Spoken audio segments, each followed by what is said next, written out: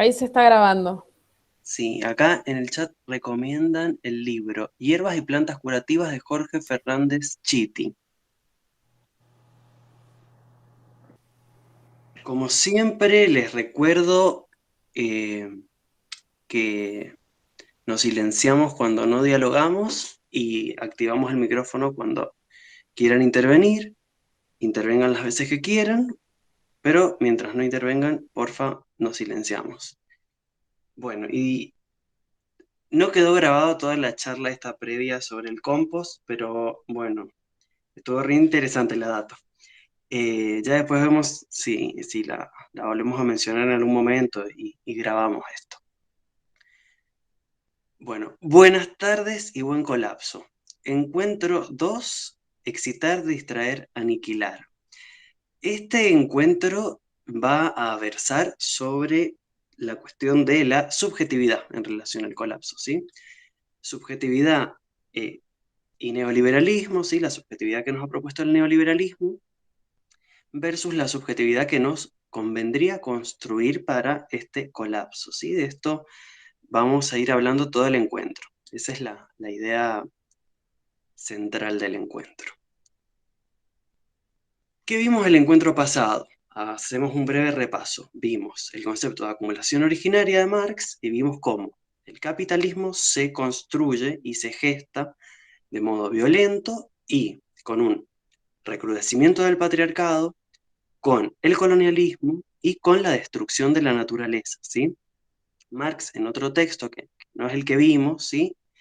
Habla de las 4 enajenaciones del capitalismo y una de las enajenaciones que plantea es que en el capitalismo se enajena la naturaleza como cuerpo inorgánico del hombre, dice Marx. Bueno, y si bien la frase es un poco antropocéntrica, igual la idea es, me parece que válida, interesante, aceptable, que es la naturaleza, que es nuestro cuerpo inorgánico, se la contamina, se la destruye, estamos destruyendo nuestro cuerpo también cuando destruimos la naturaleza. Esa naturaleza está enajenada, ¿sí? O sea, en la modernidad, como se pasa a ser un usufructo de la naturaleza, como se produce un desencantamiento del mundo en la modernidad, como pasa a ser todo medible, cuantificable, aparece la técnica en esta modernidad que va en esta modernidad, en esta tecnociencia, ¿no? Moderna, va a ir destruyendo y extrayendo de la naturaleza, y bueno, aparece esta enajenación de la naturaleza como cuerpo inorgánico del hombre. O sea, en la acumulación originaria no solo está el patriarcado y el colonialismo, sino también el especismo eh, y, bueno, la destrucción de los ecosistemas. Les mandé un power con, bueno, que empieza con noticias semanales. Todas las semanas voy a tratar de recolectar algunas noticias porque cada vez ocurren más y con más frecuencia. Vieron que el colapso es lento, pero es rápido al mismo tiempo. Entonces, bueno, me parece que es una buena idea ir haciendo el registro de las noticias del colapso. ¿Y qué ocurrió, qué aconteció del jueves pasado a este jueves? Primero, vamos a la diapositiva 2. Las Naciones Unidas publicó, ya vieron que no estamos hablando de, como siempre digo, 3 anarquistas radicalizados que hablan del colapso, sino que ya las Naciones Unidas habla de esto y publicó la página de Instagram oficial de Naciones Unidas. La humanidad enfrenta una decisión urgente y difícil: colapsar o avanzar, ¿sí? Escrito por el secretario general de Naciones Unidas. O sea, la ONU ya habla del colapso, pero también oculta la realidad, porque no quedan 2 alternativas: avanzar o colapsar, solo queda colapsar. O sea, también tenemos que saber eso. Solo queda colapsar, solo que no pueden decir esto, no pueden decir solo queda colapsar, porque eso haría que cunda el pánico, y que cunda el pánico haría que el colapso se acelere, ¿sí? Sería una especie de profecía autocumplida. Entonces no pueden decir que todo va a colapsar, tienen que decir que hay 2 opciones.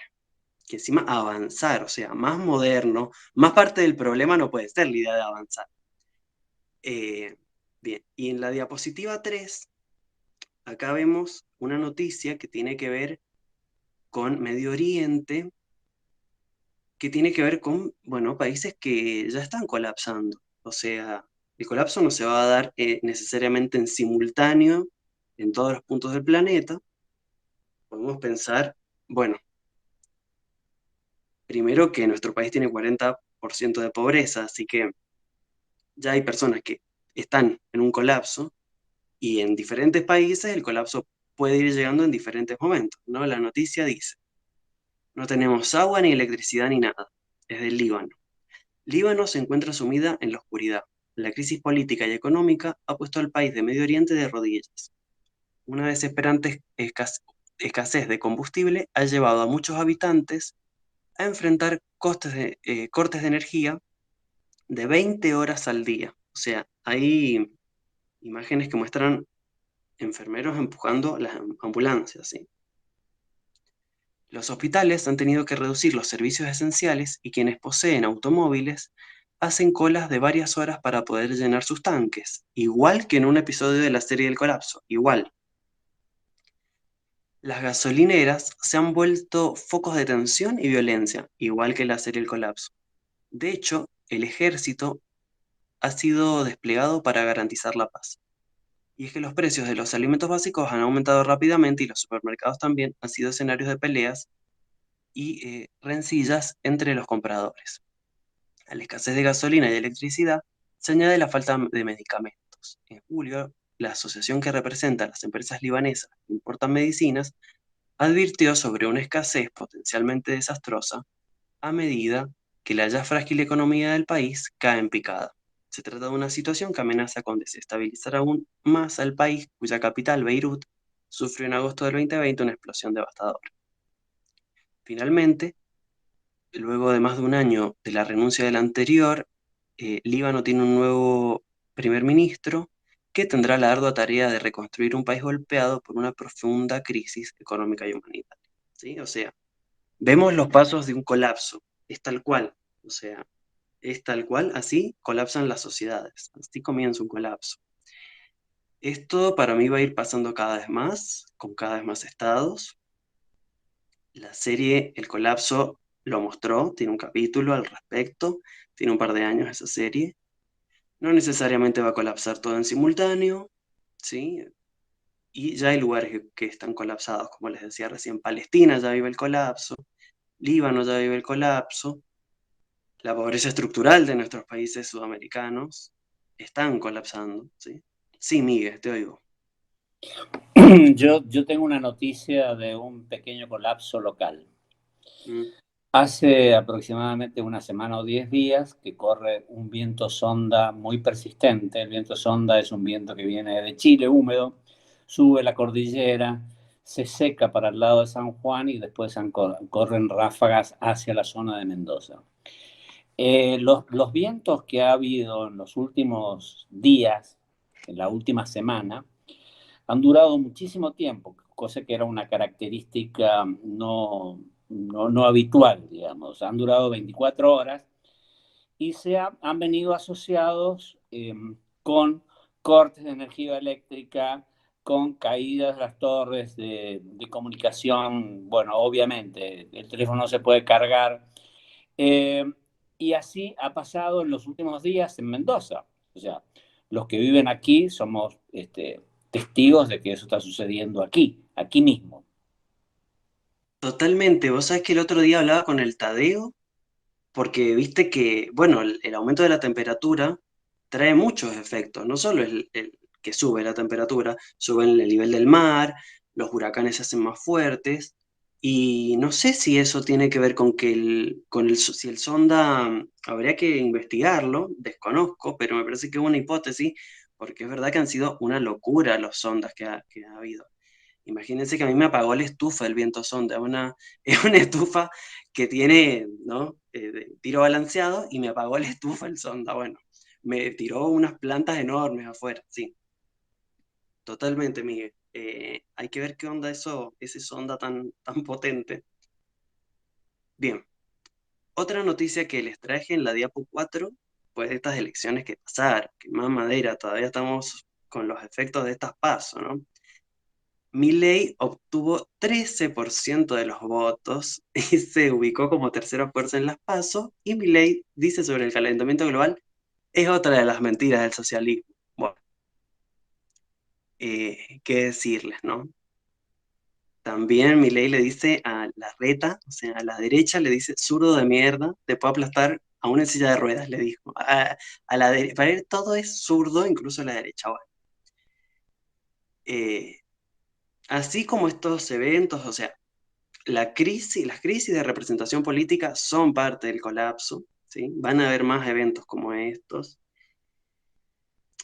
no como este en puntual de Milei, sino como las noticias en general que les traje, ¿sí? En el verano van a haber más seguramente. Y, y bueno, eso. Como les decía, el colapso es rápido y es lento al mismo tiempo. También en Mendoza tuvimos una noticia que fue que hubo 2 intentos de suicidio en escuelas de la provincia de... ¿Vieron las escuelas de la universidad que existen en todas las provincias? Acá en Mendoza, en 2 de esas escuelas de la Universidad Nacional, hubo intentos de suicidio. Que bueno, tuvo más relevancia porque también es una situación de privilegio, esas escuelas son un poquito como de élite intelectual. De hecho, la mitad de quienes estamos acá hemos ido a esas escuelas. Eh, y me parece que eso también habla de otra crisis, que es la crisis espiritual. O sea, mucha juventud votando a Milei, juventud con intentos dos en un mes, 2 intentos de suicidio en un mes, en 5 escuelas que hay de la universidad o 6 en una provincia. Bueno, es para pensar esa cara del colapso también, la espiritual. La noticia que sigue, sí. Perdón, solo agrego una cosa como dato, que es que los intentos de suicidio sucedieron en la escuela. Ujú, O sea, no es sí, como casos de intento de suicidio hay un montón, pero tomó relevancia porque pasó adentro de la escuela con todo el estudiantado y docentes, etcétera, presentes. se tiró, una se ¿Cómo tiró fue? Perdón, ¿podrían dar detalles de los intentos eso, Juli? sí, Sí, uno fue en el DAD y se tiró no sé de qué piso. del segundo piso, Y, es una escuela que solo tiene 2 pisos. ajá, Bueno, fue re loco, se tiró no sé si en el horario de entrada, pero fue por ahí, entonces estaban todos, la vieron todos los pibis y se armó quilombo porque la escuela salió como a tapar ese suceso y salió a decir que la piba se había caído haciendo una vertical, haciendo una estupidez, cuando toda la escuela la vio.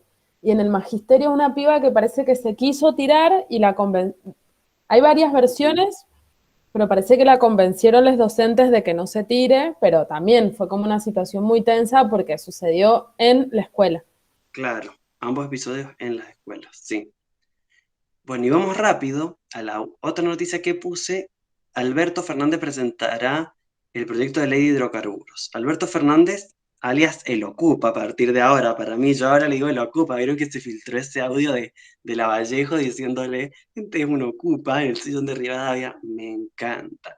Ese audio tiene un servicio de inteligencia detrás. Bueno, el Ocupa presentó el proyecto de ley de hidrocarburos, ¿no? O sea, un proyecto para incentivar la principal fuente del calentamiento global, yendo absolutamente en contra de los compromisos asumidos. O sea, Argentina formó parte de los acuerdos de París de 2015. ¿Y qué se dijo en ese acuerdo de París? Que para 2030 se debía reducir a la mitad las emisiones de carbono y para 2050 llegar a la carbono neutralidad. Y este proyecto es un incentivo económico a hidrocarburos por 20 años, o sea, no dan las cuentas. ¿Cómo vas a incentivar hidrocarburos hasta 2040 si en 2030 tenés que reducir a la mitad y en 2050 llegar a la carbono neutralidad? O sea, si yo les dijera, bueno, el taller en vez de 6 encuentros va a durar 2, ustedes me insultarían, hablarían mal de mí con todo derecho, me putearían, pero los estados prometen cosas y no las cumplen y no pasa nada, ¿no? ¿Vieron cómo todo el peso recae en individuos y no en las instituciones? Eh, bueno, en fin, eso. La idea del encuentro de hoy, como les decía, es, bueno, el encuentro pasado vimos, terminamos con las noticias, es ver el presente, el encuentro pasado abordamos el pasado, y en este encuentro es ir al presente y abordar sobre todo las características de la subjetividad del presente, y articular eso con el colapso y con la subjetividad que nos convendría forjar para el colapso. La idea es ir haciendo como un contrapunto entre lo que nos propone el neoliberalismo, la posmodernidad, la modernidad líquida, como quieran denominar a estos tiempos, y lo que nos convendría a nosotros en términos de subjetividad. La hipótesis que les traigo es que, bueno, muchas de las características de la subjetividad en nuestro tiempo es justamente lo opuesto de lo que convendría en un colapso, ¿sí? O sea, todo se va complicando más. Les había dado una actividad, les había propuesto una actividad para el encuentro de hoy, que era ver un video sobre la Val d'Ardot, un video que hicimos para un taller que se llamó Sonríe o Muere, donde en ese encuentro 6 trabajamos un texto de la Val d'Ardot que se llama La nueva razón del mundo. ¿Pudieron ver el video? ¿Alguien lo pudo ver?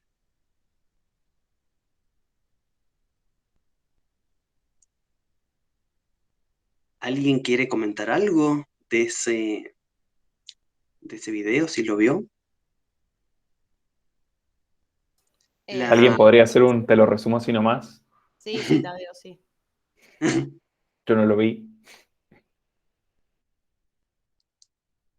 Sí, te oigo. Alguien iba a hablar, ¿no? No sé si Tadeo va a hacer un ¿Vale? resumen. No, Tadeo quiere que alguien No, hable. yo pedía el resumen.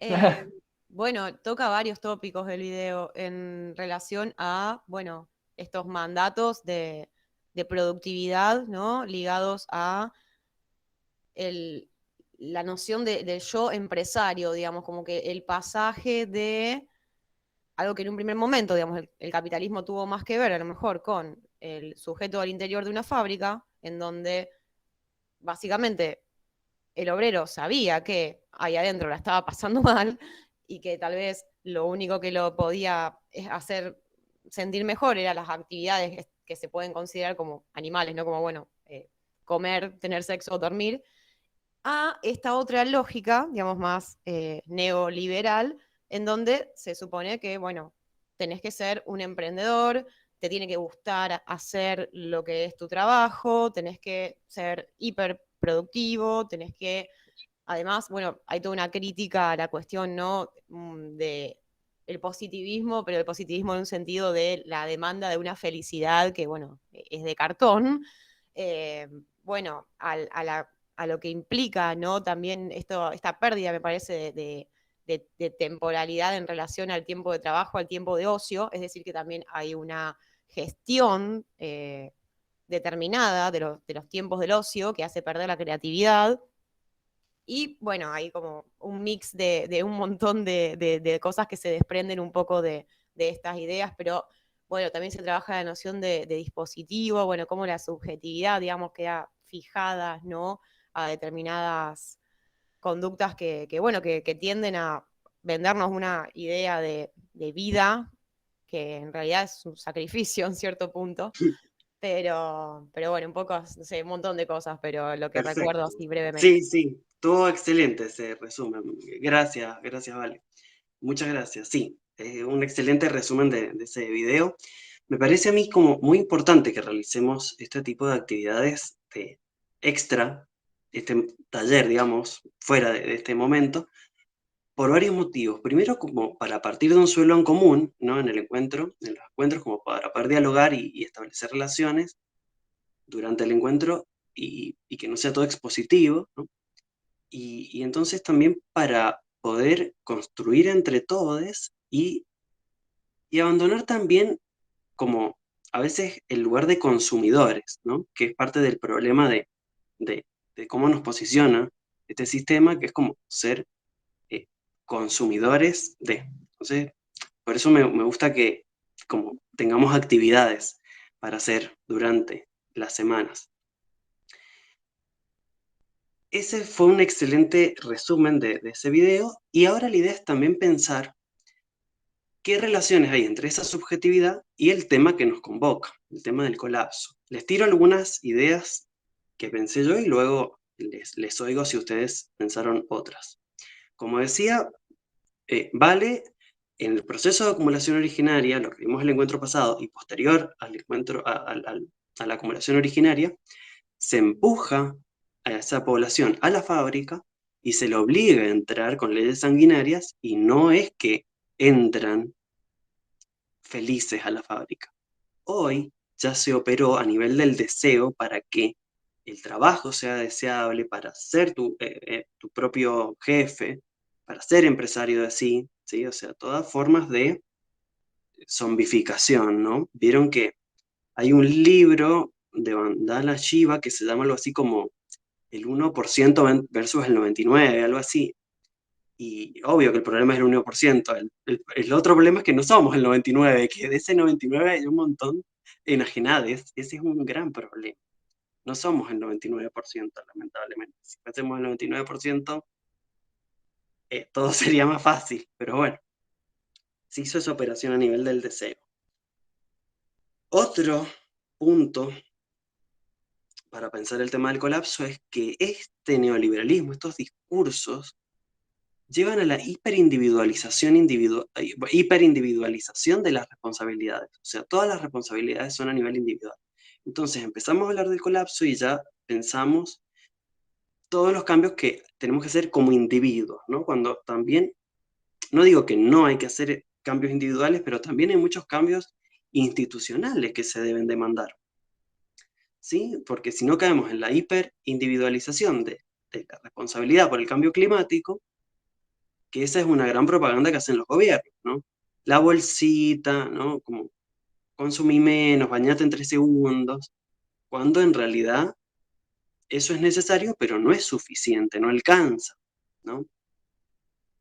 Hay que demandarle a las instituciones, no porque yo crea en las instituciones, sino porque hay que devolverles la pelota, me parece a mí. Otro punto para relacionar la subjetividad que se nos propone versus la que nos convendría construir es el tema de la emocionalidad. El neoliberalismo, como bien decía Vale, propone emociones positivas, pensamientos positivos, mensajes positivos, un hedonismo bobo, un intercambio de complacencias, ¿sí? O sea, una subjetividad osito de peluche. Pero la situación de colapso nos trae emociones muy diferentes a esa que nos propone el neoliberalismo. Ecoansiedad, ecotristeza, ecoira, ¿sí? O sea, no es un intercambio de complacencias hablar sobre el colapso, hablar, como diría el documental de Al Gore, de una verdad incómoda. Nadie quiere hablar de una verdad incómoda. Se nos propone una subjetividad osito de peluche, pero tenemos que forjar una subjetividad más de Walking Dead, por decirlo de alguna manera. Hacer el duelo de una sociedad y de un mundo que ya no va a existir más, en un mundo que evita todo el tiempo hacer duelos, que tiene fobia al dolor y fobia a los duelos, porque todos tienen que ser imágenes con Tweety diciéndote feliz lunes, ¿no? Y corazoncitos. El otro día, con una persona que no creo que no está acá, pero que está en el taller, hoy no vino, hicimos una charla que no quedó grabada, pero ahí dijo algo muy interesante, que es que dijo algo así como, si nosotros, que ya estamos bastante desencantados y desencantadas y desencantadas de este mundo, que ya lo detestamos bastante, aún así estamos haciendo duelo, y duele y cuesta toda esta cuestión, imagínense las personas que no andan por la vida con pensamiento crítico, que adhieren a este sistema, que les parece bien los valores de este sistema.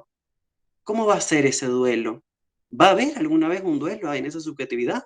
¿O va a ser negacionismo hasta el último momento, no? Ese es un tema.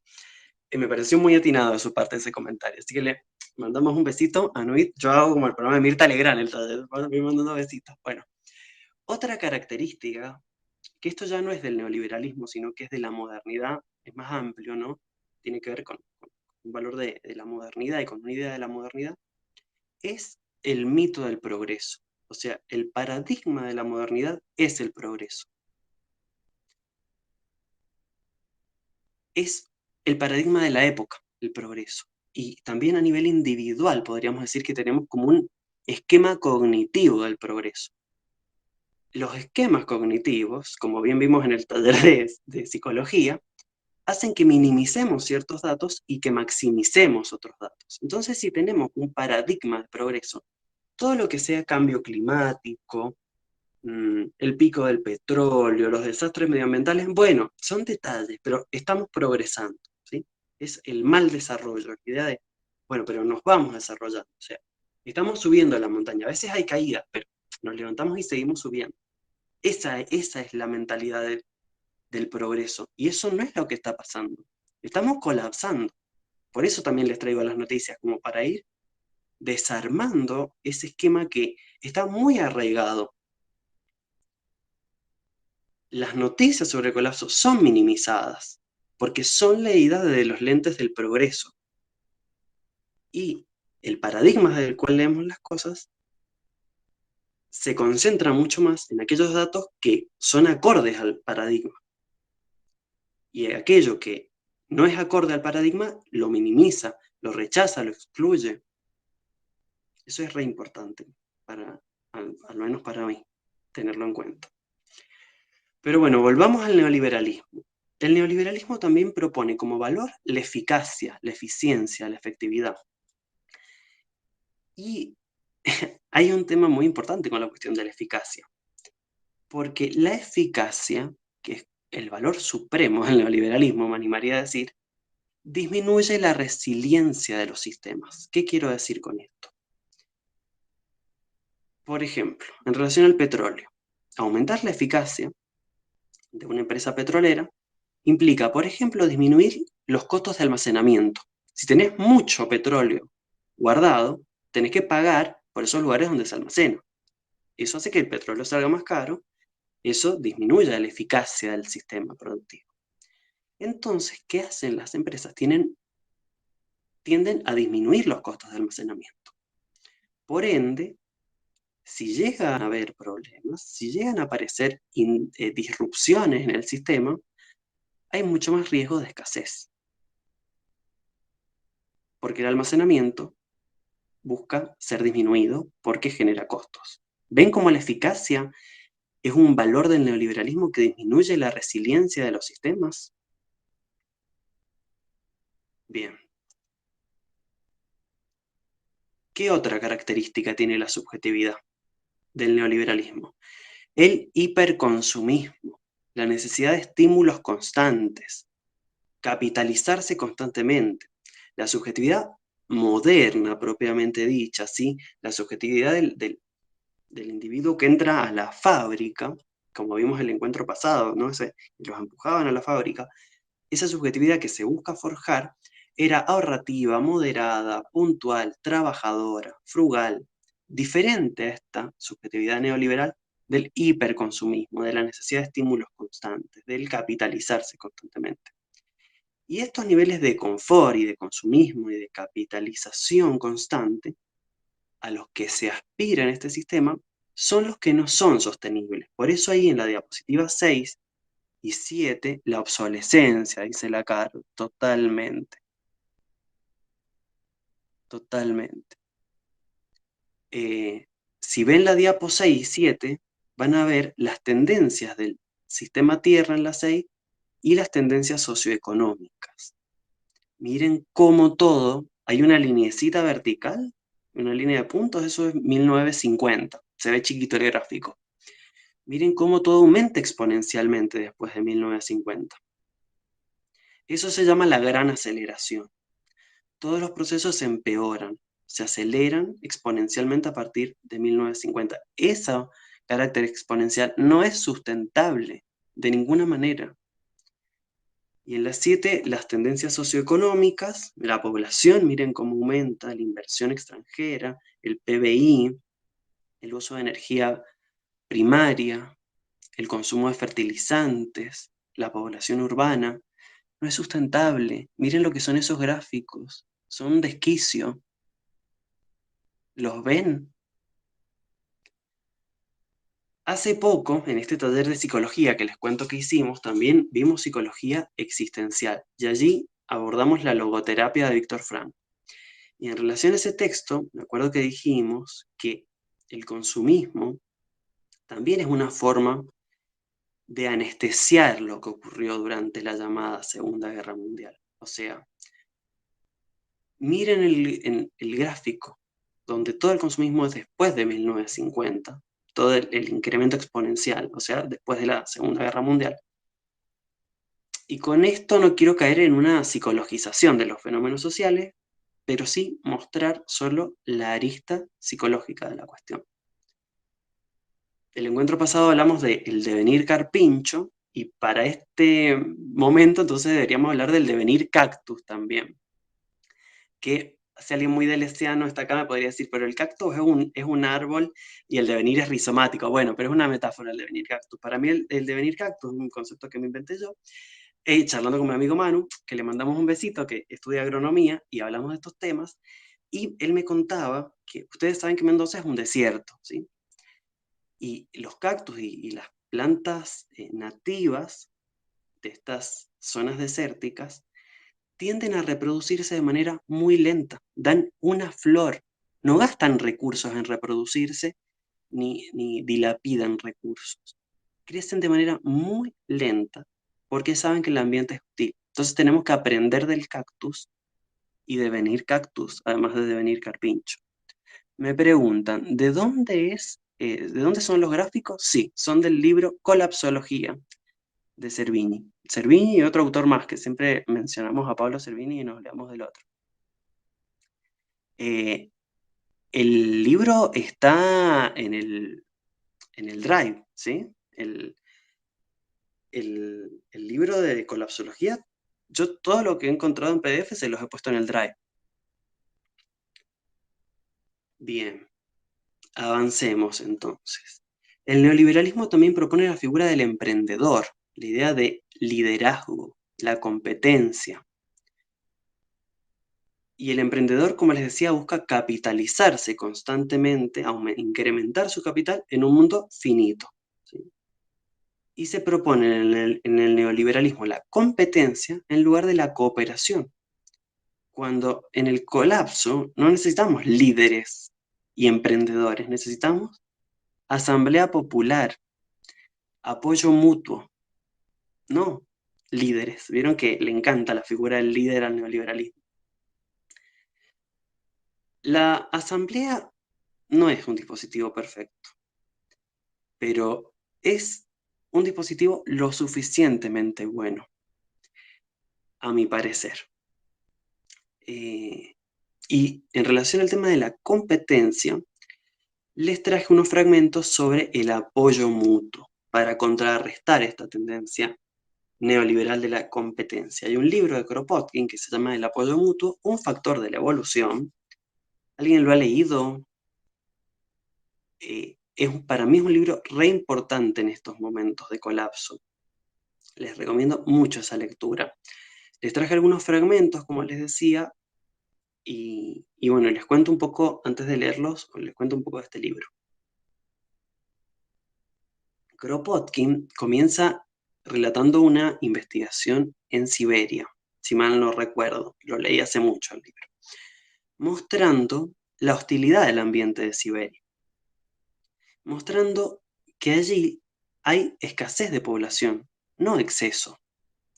El libro se llama El apoyo mutuo, un factor de la evolución. Entonces, hay escasez de población, no exceso. Entonces, si hay escasez de población, porque el ambiente es hostil, no abunda la competencia, porque la competencia implicaría un gran desgaste energético. Y las especies, en un ambiente hostil, como el que nos va a tocar de colapso, no se pueden dar ese lujo de dilapidar así la energía en un ambiente hostil. No se sobrevive si se hace eso. Entonces, lo que ve Kropotkin es que lo que prima es la cooperación, no la competencia. No sé si les suena esto al mundo que se nos viene. Bueno, entonces vamos a la diapo 8 y leemos un poquito de Kropotkin. Dice Kropotkin: en todas estas escenas de la vida animal que se desarrollaba ante mis ojos, veía yo la ayuda y el apoyo mutuo llevado a tales proporciones que involuntariamente me hizo pensar en la enorme importancia que debe tener en la economía de la naturaleza para el mantenimiento de la existencia de cada especie, su conservación y su desarrollo futuro. O sea, ¿existe la lucha y la competencia? Sí, existe. No es que Darwin dice algo que es absolutamente mentira. Kropotkin no niega el hecho de que existe la competencia, pero también existe la ayuda mutua. Y la competencia no es lo principal en la supervivencia de las especies, porque no todo es lucha. La lucha y la competencia no son centrales, ¿sí? Eso es re importante. La competencia no es central en el proceso de supervivencia. Sí, Rocío. Quería aclarar algo respecto a Darwin, porque, bueno, yo estoy estudiando naturalismo, que es una tecnicatura, y vemos mucho evolución, y yo justo tengo un profesor que es muy grosso, y él justamente se doctoró en los procesos de aprendizaje de la teoría de la evolución. Y es importante recalcar esto, porque Darwin no es que dice que está como mal entendida la frase, condición de supervivencia del más apto, no tiene que ver con la competencia. Como que Darwin lo que propone, que después esa teoría se fue como reforzando, mejorando, porque claramente Darwin no tenía todos los conocimientos que tenemos hoy en día. Y lo que habla él es que la fuerza evolutiva de todos los animales y las plantas tiene que ver con la adaptación al cambio. O sea, la idea central de su teoría es una idea de la adaptación y por mutación, que es algo azaroso, o sea, todos los seres vivos mutamos, y que sobreviven las mutaciones o los cambios que son más favorables al ambiente. O sea, esto le da un poder, o sea, la adaptación, digamos.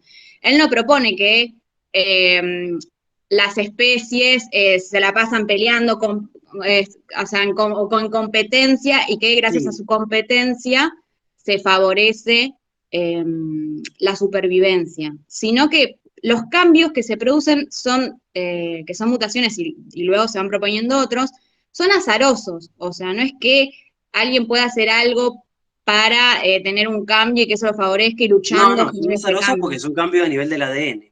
Claro, Sí, exactamente. sí. Que eso es El tema es importante. que después se han hecho lecturas sociales sobre el darwinismo, y ahí Sí, está la cuestión. Sí, es injustas y, digamos, por conveniencia también, digamos, porque en ese Claro, momento, el claro, capitalismo lo tomó como ideología a este evolucionismo. exactamente. Pero eso es importante aclararlo porque es algo que, digamos, siempre, en general, como que lo escucho un montón, como que la teoría de Darwin no propone como competencia. Eso fue algo que después se tomó a conveniencia, como cualquier idea que después cada uno la toma, ¿no? Le toma lo que le interesa y como la propone desde Sí, ese lado. Eso. sí, total. Tenés razón. Yo más que Darwin tendría que haber dicho el darwinismo posterior, sí, sobre todo el darwinismo social. Sí, totalmente. Gracias por... Sí, Miguel, te oigo. Bueno, con respecto a Darwin, que por ahí lo he sentido vapulear, aquí él ha dejado registros porque pasó por el norte de Mendoza, estuvo describiendo las araucarias allí. Con mis amigos arqueólogos fuimos a hacer algunas excavaciones allí en el norte de Mendoza.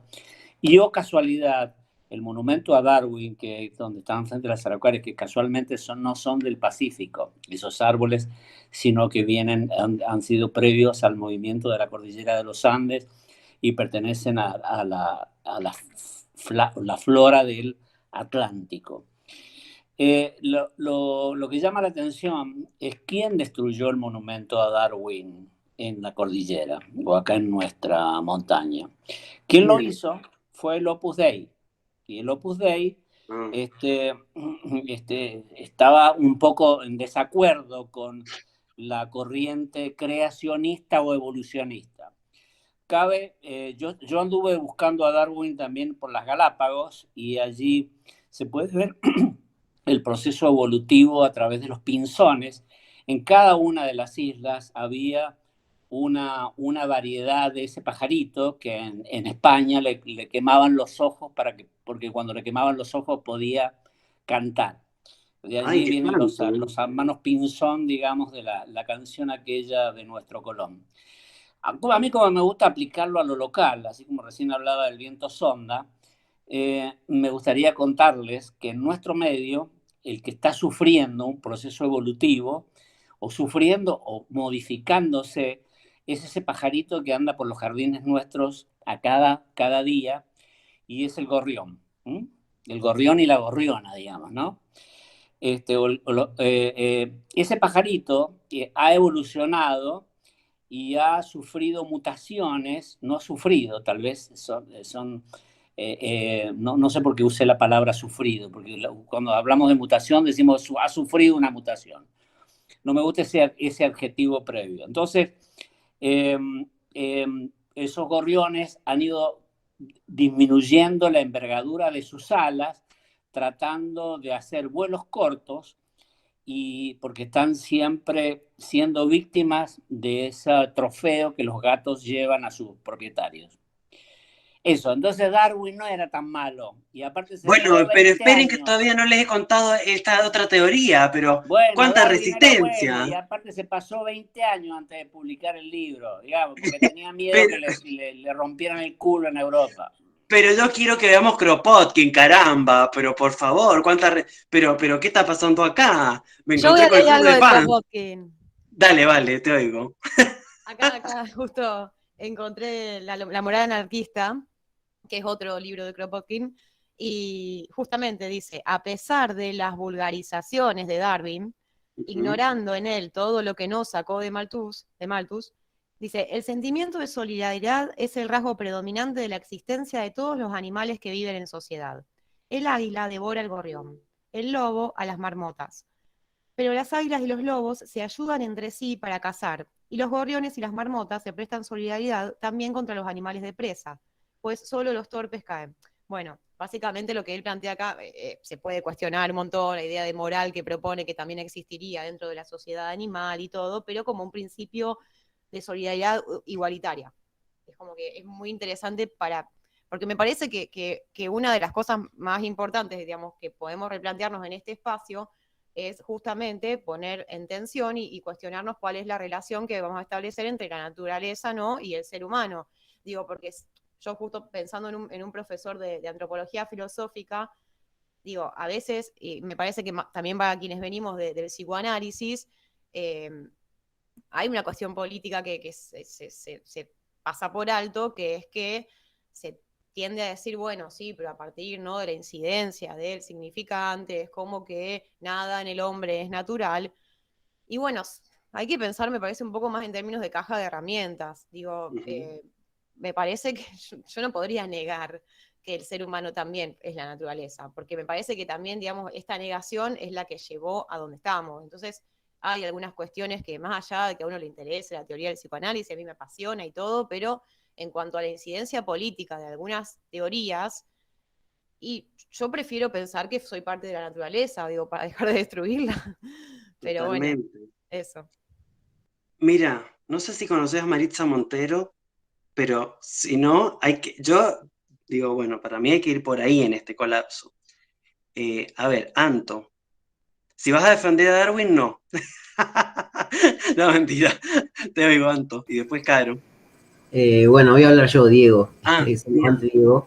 Perfecto. No, queríamos comentar en realidad que respecto a esto de la colaboración de especies, bueno, entre las especies de árboles que generalmente habitan en un bosque, existe la colaboración por parte de los árboles más grandes que ayudan a los más chicos a que puedan crecer enviándoles nutrientes y todo ese tipo de cosas mediante unos hongos que se llaman las micorrizas, digamos.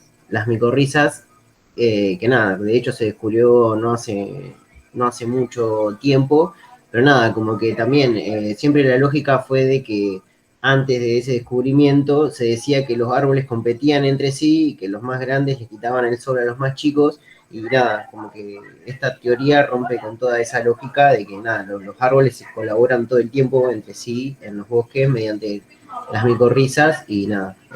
Hay un documental en Netflix sobre este tema y hay una investigadora canadiense, que me acuerdo el nombre, que es Susan, pero no recuerdo el apellido, y nada, y explica también cómo estas conexiones entre esos hongos, que son las micorrizas, funcionan también al modo de las conexiones neuronales. Nada, está muy interesante. Yo desconozco el tema, pero esto es lo que puedo decir. Está lindo para leerlo. Perfecto, muchísimas gracias. Y Caro, habías levantado la mano. También, sí, para defender a Darwin, no. Si no, sí. No, quedó No, clarísimo. es un chiste. Está superado. Te río. Sí, dos comentarios, quizás un poco poético, pero no tanto. Hay un escritor, un antropólogo, David Le Breton, a mí me gusta mucho, trabaja el concepto del cuerpo, cuerpo-modernidad. En ese libro, el tipo cuenta de un par de culturas que tienen la misma palabra para nombrar un brazo del cuerpo humano que la rama de un árbol, o la leche materna que el agua del río. Digo, son metáforas poéticas, pero que en realidad suceden en muchas lenguas y pueblos originarios de distintos lugares del mundo, donde claramente establecen otro tipo de vínculo y de relación con el entorno en el que viven. Eso me resulta enorme, como para Totalmente. tener en Es cuenta la ahí. cosmovisión, es la Es la cosmovisión que se expresa en el lenguaje. cosmovisión. Exacto, igual lo que comentaba los compañeros ahí de los árboles también es otro ejemplo enorme, hermoso. Y una palabra que yo he trabajado en una obra y que también es interesante, que es panspermia. No sé si la registra alguien. Es un neologismo, tiene como varias acepciones, pero viene un poco a decir, desde la etimología, pan, todo, espermia, esperma, semilla, que hay en el mundo seres organizados esperando, organizados, semillas o lo que sea, esperando las condiciones adecuadas para emerger. Que en contrapunto con un sistema que no propone las condiciones, sino que impone las condiciones, funciona pensaba asociarlo a estas dos subjetividades posibles. El concepto de panspermia, que me parece como Hermoso, me encantó. Gracias, me encantó. Total. Hermoso, Caro, gracias. Bien, vamos a avanzar un poquito más, porque estamos atrasadísimos, pero no importa, si no seguimos el encuentro que viene con esto. Dice la diapo 9. En esa nos quedamos, ¿verdad? Sí, en la 9. Naturalmente, sería demasiado difícil determinar, aunque fuera aproximadamente, la importancia numérica relativa de estas dos series de fenómenos, competencia y cooperación, hablando de esos dos fenómenos. Pero si recurrimos a la verificación indirecta y preguntamos a la naturaleza, ¿quiénes son más aptos? ¿Aquellos que constantemente luchan entre sí o, por el contrario, aquellos que se apoyan entre sí? Enseguida, veremos que los animales que adquirieron la costumbre de ayuda mutua resultan, sin duda, los más aptos. Tienen más posibilidades de sobrevivir como individuos y como especie, y alcanzan, en sus correspondientes clases, insectos, aves, mamíferos, el más alto desarrollo mental y organización física. El libro este abunda en ejemplos que nos va mostrando cómo los individuos de diferentes especies cooperan. Las aves migran en grupo, las abejas cooperan, no son seres solitarios. Las cebras van en grupo y con sus rayas confunden a sus presas. Los castores hacen diques en conjunto. Muchas aves cazan en grupo, los lobos, los perros salvajes, los chacales cazan en grupo. Todo el libro tiene muchos capítulos por eso. Bien. Vamos a la diapo 10. ¿Quién quiere leerla?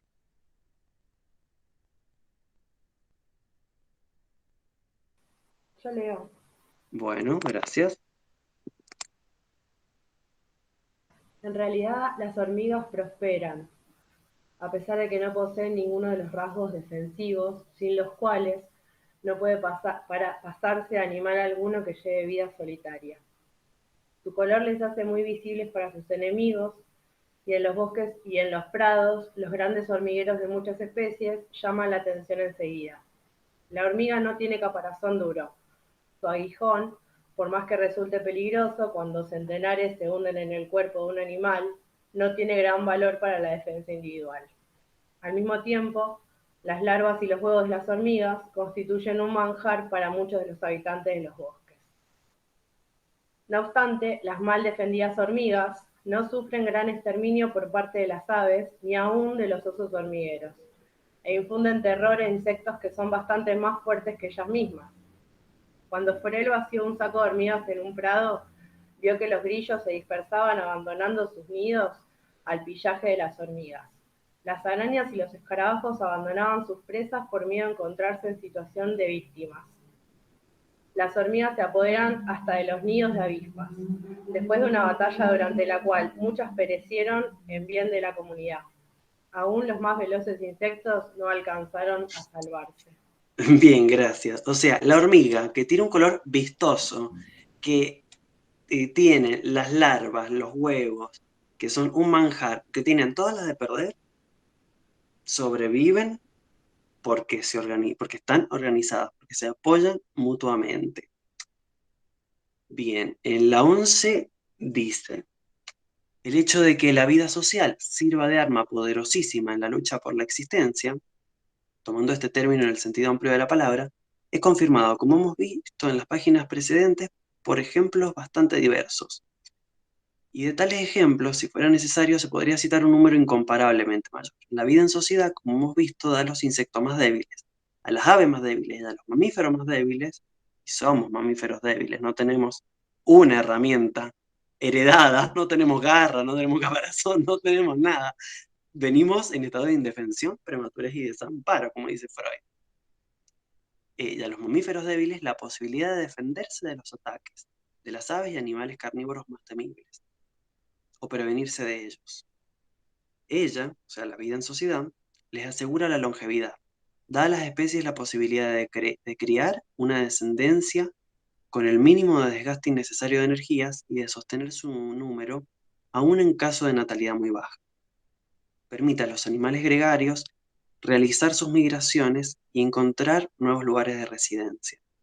Por esto, aún reconociendo enteramente que la fuerza, la velocidad, la coloración protectora, la astucia y la resistencia al frío y al hambre mencionadas por Darwin y Wallace realmente constituyen cualidades que hacen al individuo o a las especies más aptos en algunas circunstancias, nosotros, junto con esto, complementa, afirmamos que la sociabilidad es la ventaja más grande en la lucha por la existencia en todas las circunstancias naturales, sean cuales fueran. Las especies que voluntaria o involuntariamente reniegan de ella están condenadas a la extinción. Mientras que los animales que saben unirse del mejor modo tienen mayores oportunidades para subsistir y para un desarrollo máximo. Ven que está súper vinculado al tema del colapso esto.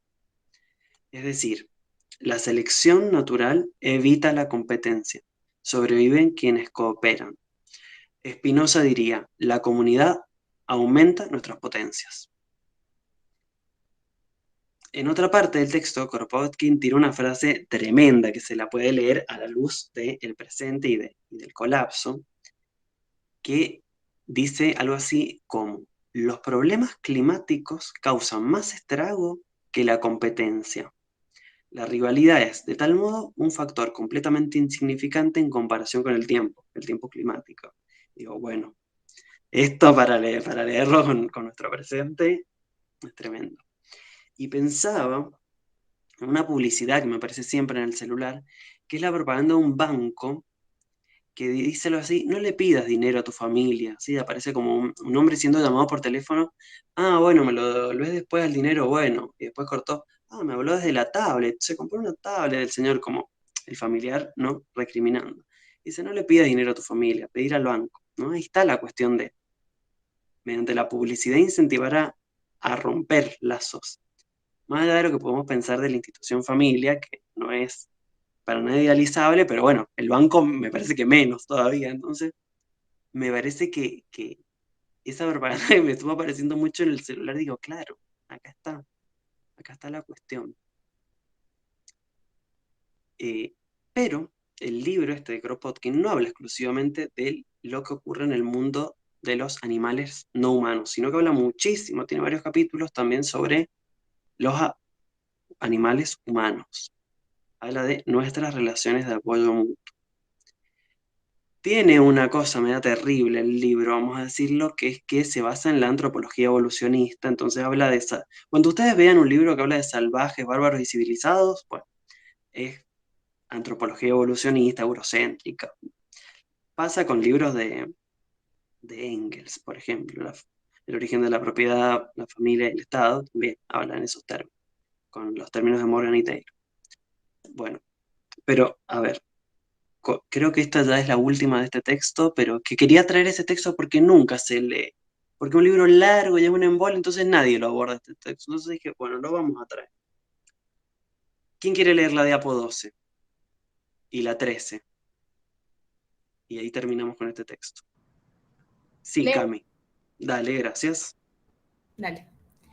Evidente es que el hombre sería la contradicción de todo lo que sabemos de la naturaleza si fuera la excepción a esta regla general.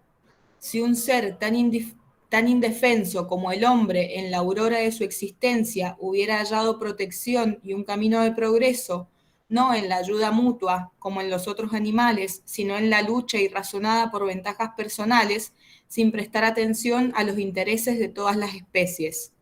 Para toda inteligencia identificada con la idea de la unidad de la naturaleza, tal suposición parecerá completamente inadmisible. Y sin embargo, a pesar de su inverosimilitud y su falta de lógica, ha encontrado siempre partidarios. Siempre hubo escritores que han mirado a la humanidad como pesimistas. Conocían al hombre más o menos superficialmente, según su propia experiencia personal limitada. En la historia se limitaban al conocimiento de lo que nos contaban los cronistas, que siempre han prestado atención principalmente a las guerras, a las crueldades, a la opresión, y estos pesimistas llegaron a la conclusión de que la humanidad no constituye otra cosa que una sociedad de seres débilmente unidos y siempre dispuestos a pelearse entre sí, y que solo la intervención de alguna autoridad impide el estallido de una contienda general. Bien, ahí Hobbes, ahí Freud, entran un montón en la volteada acá. Bien, sí, ¿quieres? ¿Pasamos a la que sigue? Los liberales, total. La absorción por el Estado de todas las funciones sociales fatalmente favoreció el desarrollo del individualismo estrecho, desenfrenado. A medida que los deberes del ciudadano hacia el Estado se multiplicaban, los ciudadanos evidentemente se liberaban de los deberes hacia los otros. En la guilda, en la Edad Media, todos pertenecían a alguna guilda o cofradía. Dos hermanos debían cuidar por turno al hermano enfermo. Ahora basta con dar al compañero de trabajo la del hospital. Ahora basta con dar al compañero de trabajo la del hospital para pobres más próximo. En la sociedad bárbara, presenciar una pelea entre dos personas por cuestiones personales y no preocuparse de que no tuvieran consecuencias fatales significaría atraer sobre sí la acusación de homicidio. Pero, de acuerdo con las teorías más recientes del Estado que todo lo vigila, el que presencia una pelea no tiene necesidad de intervenir, pues para eso está la policía. Cuando entre los salvajes, por ejemplo, entre los hotentotes, se consideraría inconveniente ponerse a comer sin haber hecho a gritos 3 veces una invitación al que deseara unirse al festín, entre nosotros el ciudadano respetable se limita a pagar un impuesto para los pobres, dejando a los hambrientos arreglárselas como puedan. Bueno, claramente este texto no solo es un texto que da cuenta de los procesos evolutivos, sino que tiene una intencionalidad política. Claramente es uno de los padres del anarquismo. Está diciendo el Estado rompe y centraliza el apoyo mutuo y se beneficia después de eso. Este fragmento me encanta, no me digan que no es lo máximo. Y eso que llamamos bárbaro, incivilizado, bueno, eran poblaciones con riqueza relacional. A ver, leo los comentarios. Los juegos en línea masivos, la forma de progresar con la historia solo se consigue si se forman guildas, así se llaman. La colaboración es fundamental. Bueno, acá un comentario gamer. Yo desconozco absolutamente. Bueno, es porque el nombre me hizo acordar y la descripción es tal cual que se usa en la palabra guild o guilda y para avanzar la historia en el sentido de lo que proponen los desarrolladores. Entonces, si vos querés saber qué es lo que pasa con ese mundo, necesariamente tenés que formar un grupo de gente para colaborar entre sí. Por ejemplo, esto se van a reír, pero necesitas un brujo, un paladín, a ver si alguien me ayuda, siempre se me va el nombre, un sacerdote. Son los distintos tipos de clases, pero los necesitas porque si no, no podés avanzar en la historia y cada uno sabe las habilidades, las debilidades y las fortalezas de los otros para poder colaborar. Y funciona. O sea, no es que no te queda otra. O sea, si realmente querés disfrutar de todo el contenido del juego, tenés que hacer eso. Y es fundamental. Y la mayor sinergia se produce cuando lográs conectar con las habilidades y debilidades de los demás. Así que sí existe, o sea, no es que aún en el mundo liberal horrible que vivimos, sigue Se existiendo. contempla. Se Claro, reterritorializó para los sí, jueguitos. sí. Yo solo sé jugar al Buscaminas. Es lo único. Hasta ahí llegué, así que no puedo decir nada al respecto. Bueno, Bien. ese era mi Sí. comentario gamer. Bueno, gracias. Bien, entonces, vieron que vamos a ir haciendo contrapuntos. Competencia, cooperación, bueno, hiperconsumismo, devenir cactus, etcétera, todas las que ya vimos. Hay otro punto que me gustaría trabajar, y ahora ya cambiamos de texto. Ahora el texto que les traje es un texto de pedagogía, no vamos a ver la cuestión pedagógica, sino que vamos a ver cómo eso nos sirve a nosotros en este momento. El texto es Pedagogía del Aburrido, que es un intertexto de Pedagogía del Oprimido de Freire, ¿sí? Pedagogía del Aburrido es de una pareja de Corea y Leukowicz que fallecieron ambos hace, bueno, relativamente poco, son autores contemporáneos y argentinos, si mal no recuerdo.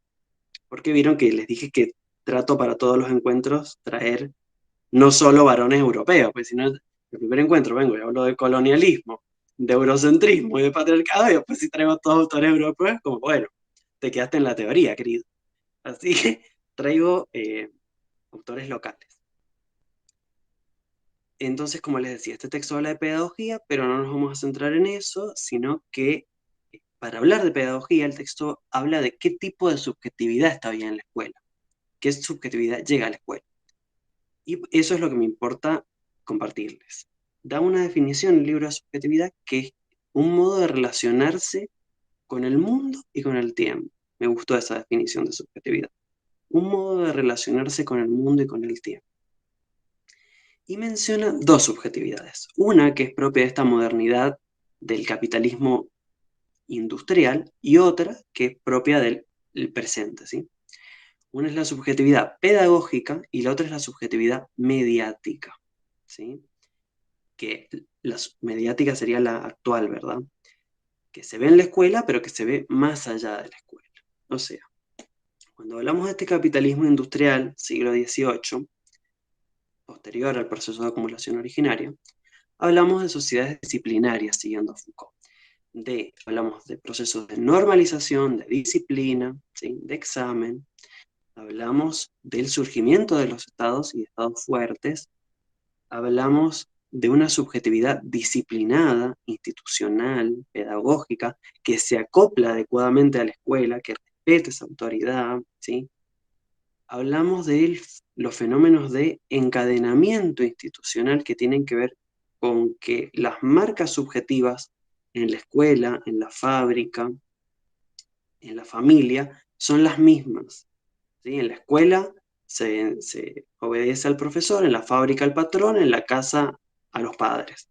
Entonces el sujeto puede pasar de una institución a otra fácilmente porque tiene las mismas marcas subjetivas, porque se busca producir un ciudadano y un trabajador.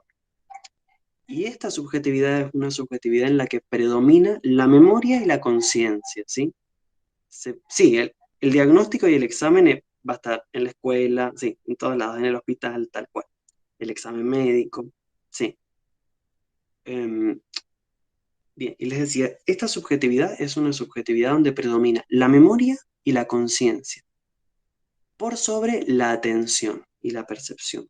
O sea, es una subjetividad que se puede concentrar. Esto es a lo que quiero ir. No es nuestra subjetividad.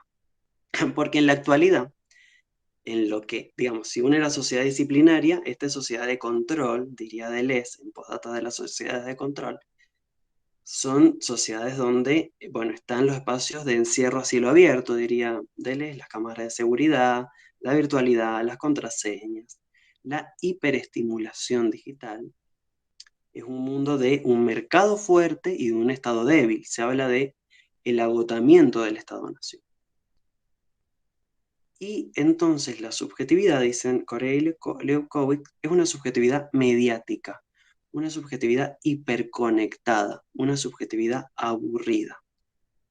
Ya no hay encadenamiento entre las instituciones propias de la modernidad, sino que hay una fragmentación. Hay fragmentación, es la época de la fluidez, y mencionan a lo que se llama el desacople subjetivo, o sea, la escuela viene con los valores de este capitalismo industrial, ¿sí? De concentración, de atención, de memoria, y la subjetividad que llega a la escuela es una subjetividad de la hiperestimulación, del aburrimiento, de la búsqueda de novedades, del mundo de la imagen, ¿sí? Entonces, hay un desacople entre lo que la institución está preparada para alojar, qué subjetividad está preparada para alojar, y la subjetividad que llega. Porque esta subjetividad actual es la subjetividad, como os decía, del aburrimiento, de la opinología, del consumismo, de la hiperestimulación sensorial, donde hay predominio de la percepción y de la atención a múltiples estímulos por sobre la concentración, por sobre la memoria. Es la hiperestimulación. Y eso tiene que ver mucho con lo que hablamos antes de grabar, empezar a grabar, que es ¿para qué voy a memorizar algo? La memoria está en baja. ¿Para qué voy a memorizar algo si todo está en Google? Bueno, hay que empezar a memorizar y a escribir y a anotar porque va a dejar de existir Internet en algún momento. Esa prótesis no es imprescindible. Vamos a prescindir de ella en algún momento. Y en este mundo de la novedad, de la actualización constante, del escándalo, de la opinión, del espectáculo, tenemos que hablar del colapso. Y tenemos que hablar mucho, durante muchos años tenemos que abordar el tema. Entonces, en un mundo de eternas novedades, tenemos que enfocarnos en un tema. Y no ahora y después pasar a otra cosa. No, durante muchos años vamos a tener que abordar el colapso. ¿Ven la contradicción entre la subjetividad que tenemos y lo que necesitaríamos o convendría? De hecho, hay un gran riesgo, que es la espectacularización del colapso. Venir acá y ver qué dice la loca del colapso, como ya me he enterado que me dicen, la loca del colapso.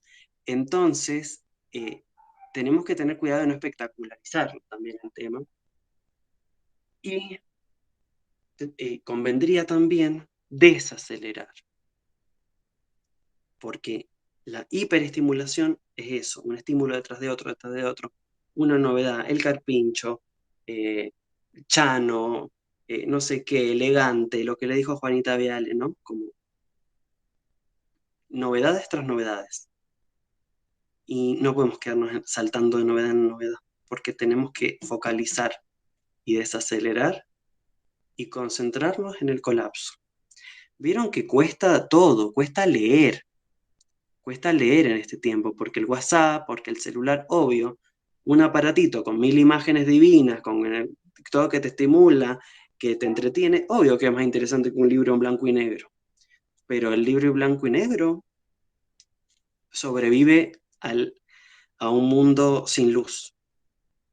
Y el celular no. Y no sabemos si va a haber luz después del colapso. Vivimos en sociedades casi analfabetas, ¿sabes?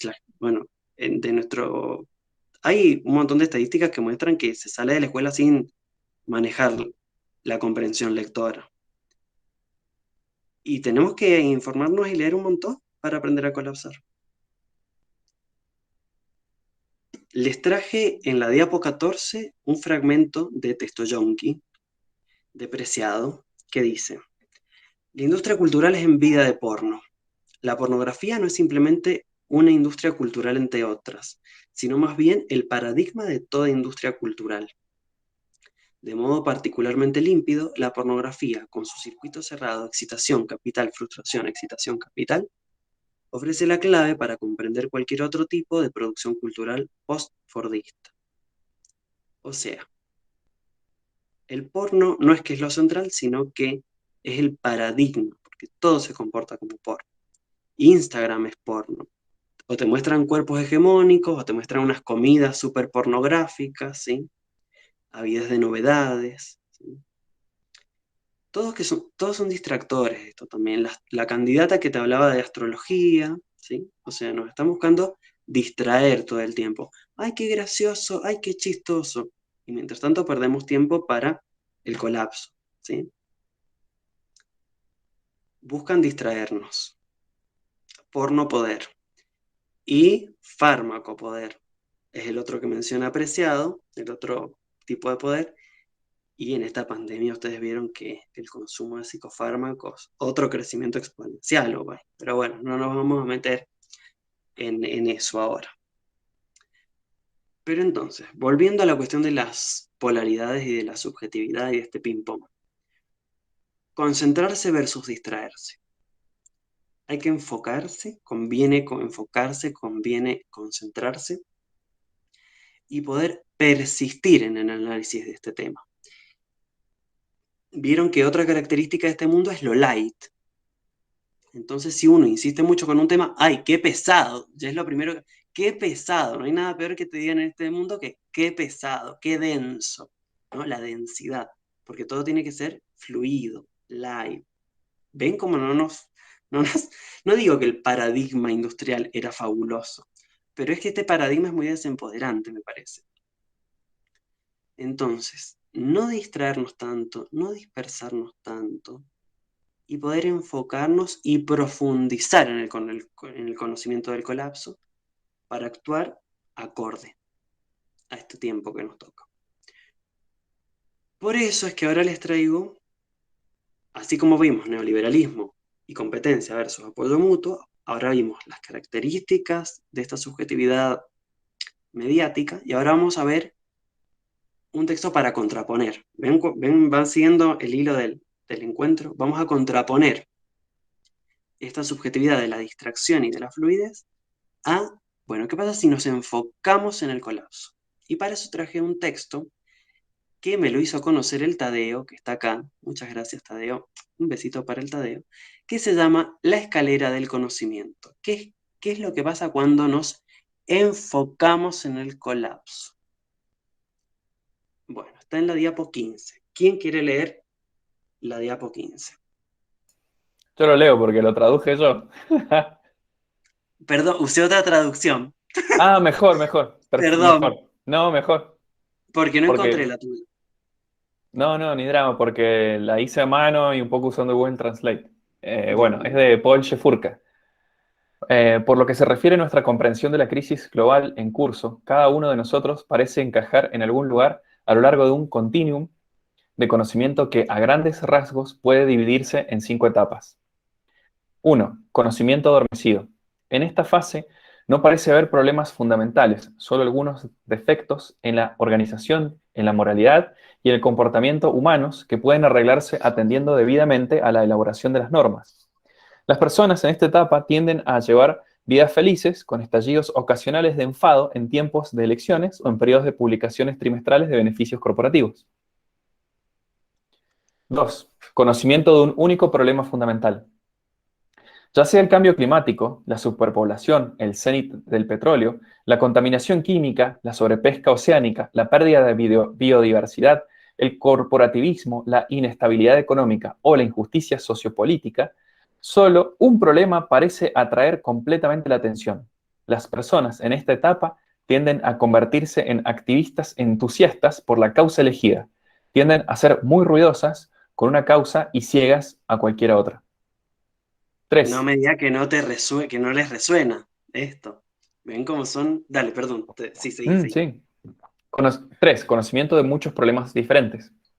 Conforme las personas se van abriendo a un mayor número de evidencias de distintos campos, el conocimiento de la complejidad comienza a crecer. En ese momento la gente se preocupa por la prioridad de los problemas en función de su urgencia y grado de impacto. Las personas en esta etapa pueden volverse reacias a reconocer nuevos problemas. Por ejemplo, alguien que está comprometido con la lucha por la justicia social y contra el cambio climático, es posible que no reconozca el problema del agotamiento de los recursos. Pueden pensar que lo suyo ya es suficientemente complejo y que añadir cualquier nueva preocupación solo diluirá el esfuerzo que debería centrarse en resolver el problema más importante. Bien, acá, por ejemplo, al inicio del taller yo te traje la noticia del proyecto de ley de hidrocarburos. Y alguien podría decirme, bueno, Pablo, pero vivimos en un país con 40% de pobreza, hay que generar trabajo, o cómo vamos a sobrevivir sin petróleo, no sé qué, y enfocar esa prioridad por sobre la climática que estoy priorizando yo, y empezar ahí a ver, bueno, pero si priorizamos unas, empeora la otra, pero si priorizamos esta, empeora la otra, al margen de que nunca los proyectos extractivistas dan trabajo, al margen de eso. Pero es un imaginario social a veces. Pero ven que empieza a aparecer, bueno, muchos problemas, ¿no? Pobreza, el pico del petróleo, la extinción masiva de especies, y hay que empezar a elegir prioridades y tal, en este tercer paso. Pasemos al cuarto, dale. Sí. Conocimiento de las interacciones entre los problemas. Comprender que la solución en un campo puede empeorar un problema en otro campo marca el principio de un pensamiento sistémico a gran escala. También marca la transición de pensar la situación como un conjunto de problemas a pensarla como un dilema. En este punto, la posibilidad de que no haya una solución comienza a tomar forma en la cabeza. Las personas que llegan a esta etapa tienden a encerrarse en grupos muy unidos de individuos afines con el fin de intercambiar impresiones y mejorar su conocimiento de la situación. Estos grupos son necesariamente pequeños, tanto porque el diálogo personal es esencial para la profundidad del análisis, como porque no hay muchas personas que hayan llegado a este nivel de entendimiento. Uf, ahí es durísimo esto, miren que no. Yo esta etapa la resiento. No es que se pueden solucionar todos los problemas porque uno empeora a otro. Y es verdad que no se puede hablar del colapso con todo el mundo, te sacan cagando. Yo estoy en esto de pequeños grupos de diálogo sobre el colapso. 5. Tener conocimiento de que el dilema abarca todos los aspectos de la vida. Esto incluye todo lo que hacemos, cómo lo hacemos, nuestras relaciones con los demás, así como nuestra forma de tratar al resto de la biosfera y del planeta. De ese modo, las compuertas se abren de par en par y ningún problema está exento de consideración o aceptación. El concepto mismo de solución es puesto a un lado como una pérdida de esfuerzo. Para quienes llegan a la etapa 5, existe el riesgo real de que la depresión se establezca en sus vidas. Después de todo, a lo largo de nuestra existencia hemos aprendido que la esperanza en el mañana radica en nuestra habilidad para resolver los problemas del presente. Pero cuando cualquier dosis de inteligencia humana parece incapaz de resolver el aprieto en el que nos encontramos, la esperanza puede desaparecer como la llama de una vela para ser sustituida por la agobiante oscuridad de la desesperación. La manera en que las personas lidian con la esperanza es, por supuesto, profundamente personal, pero me parece que hay dos caminos generales que la gente suele seguir para reconciliarse con esta situación. No son mutuamente excluyentes, puesto que la mayoría de nosotros sigue una mezcla de ambos. Los identifico aquí como tendencias generales porque la gente parece sentirse más atraída por una que por otra. Los llamo el camino exterior y el camino interior. Si uno se inclina por el camino exterior, los temas sobre la adaptación y la resiliencia local se pondrán en primer plano, como lo demuestran las comunidades de transición, y el movimiento por la permacultura. Aquellos que están en el camino exterior se sienten atraídos por la creación de comunidades y las iniciativas de sostenibilidad. Sin embargo, los partidos políticos parecen atraerles menos esta fase. Quizá la política sea vista como parte del problema, o tal vez simplemente como un esfuerzo inútil, teniendo en cuenta que la verdadera acción se llevará a cabo a nivel local. Si uno no se inclina por el camino exterior, ya sea debido a su personalidad o a las circunstancias, el camino interior, perdón, si no se inclina por el camino exterior. El camino interior también ofrece sus propios atractivos. La elección del camino interior conlleva a replantearlo todo en términos de conciencia, autoconocimiento o alguna forma de percepción trascendente. Este camino es visto como un intento de expresar el mensaje de Gandhi a un nivel profundamente personal. Sé el camino que deseas ver en el mundo. Sé el cambio Sé el cambio. que deseas ver en el mundo. Tal mensaje es expresado de manera similar en un antiguo dicho hermético, como es arriba, es abajo, o en lenguaje sencillo, para curar al mundo, primero has de curarte tú. Sin embargo, el camino interior no implica un retiro religioso. La mayoría de las personas que he conocido que han elegido el camino interior tienen tan poco que ver con la religión tradicional como sus homólogos del camino exterior con la política tradicional. La religión organizada normalmente está considerada más como una parte del problema que como una respuesta a él. Quienes han llegado a este punto no tienen ningún interés en ocultar o aliviar la dolorosa verdad, más bien desean crear un contexto personal que sea coherente con ella. La espiritualidad personal de uno u otro tipo a menudo promueve eso, pero la religión organizada raramente lo hace. Vale la pena comentar que también pueden existir en este punto graves dificultades personales. Si alguien no puede optar por el camino exterior por la razón que sea y también se resiste a la idea de un crecimiento interior o espiritual, como respuesta a la crisis de todo un planeta, entonces se encuentra en un verdadero apuro. No hay muchos más caminos para salir de las profundidades de la desesperación. Si uno permanece allí atrapado por un largo periodo de tiempo, la vida puede parecerle terriblemente sombría y la violencia contra el mundo o contra sí mismo puede empezar a parecerle una opción razonable. Por favor, sigue con un ojo atento a tu propio progreso y si encuentras a alguien que pueda estar en este estado, por favor, ofrécele un hombro en el que apoyarse.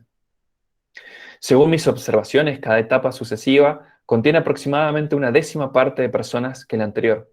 Así pues, mientras que tal vez un 90% de la humanidad se encuentra en la primera fase, menos de una persona cada 10.000 está en la quinta, y probablemente ninguna sea política.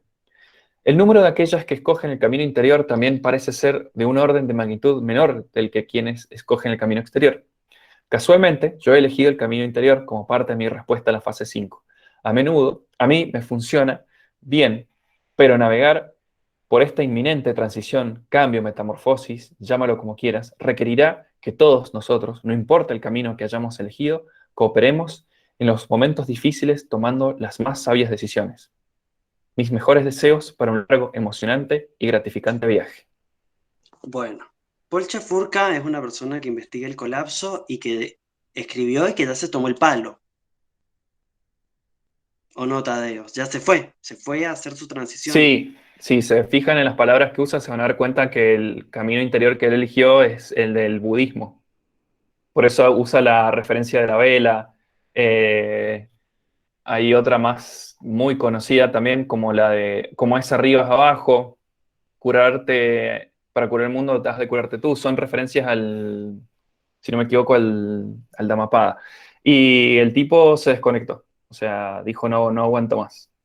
Pero ya nos tiró la información, ya está. O sea, Sí, hizo su investigación. Él empezó a hablar del colapso en el 2007, aproximadamente. Ya venía desde el 2005 y en el 2007 empezó a escribir su blog, que si pueden leerlo en inglés, se los recomiendo mucho.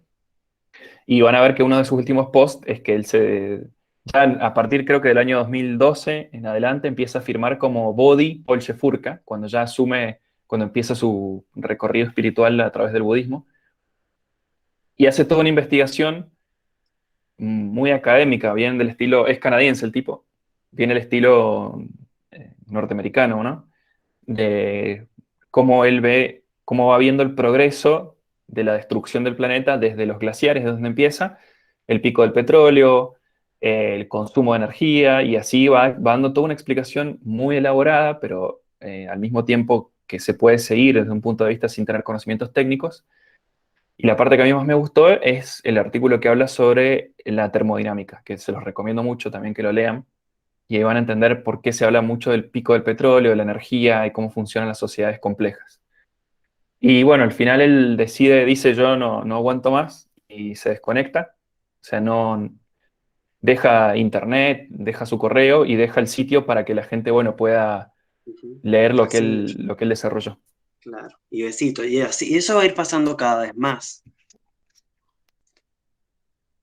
A mí me parece muy interesante esto, como, bueno, el mundo está bien, ser una persona crítica, después, bueno, hay un problema que me interesa, que muchas veces se relaciona con un problema en el cual la persona está vinculada, no digo, vamos a decirlo así, personas LGBT que luchan contra la homofobia, mujeres que luchan por el feminismo, o sea, después ver, bueno, pero hay otros problemas, bueno, pero solucionar uno empeora otro, y después ver que no hay solución directamente. Y Eso me parece muy interesante en el libro de colapsología, cuando dice que no es un problema, creo que lo hablamos el taller pasado también, sino un predicament, que no sé si hay una traducción en español que esté buena, es decir, no hay solución, y yo soy ingeniero y es como decir, ¿y qué hago ahora? O sea, ¿cómo te planteas todo? Siempre fue, bueno, y X igual a esto, resolvé, aquí es igual a X.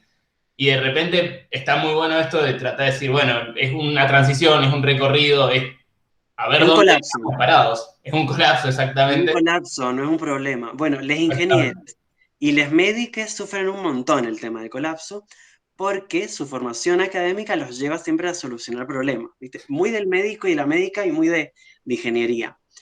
Los psicólogos no lo sufrimos tanto porque abordamos el problema. Bueno, pensemos el problema y nos quedamos, nos encanta los psicólogos quedarnos en el problema.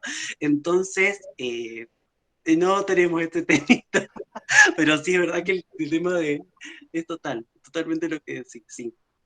No hay solución porque no es un problema. Pero, y esto del camino exterior y el camino interior también es buenísimo.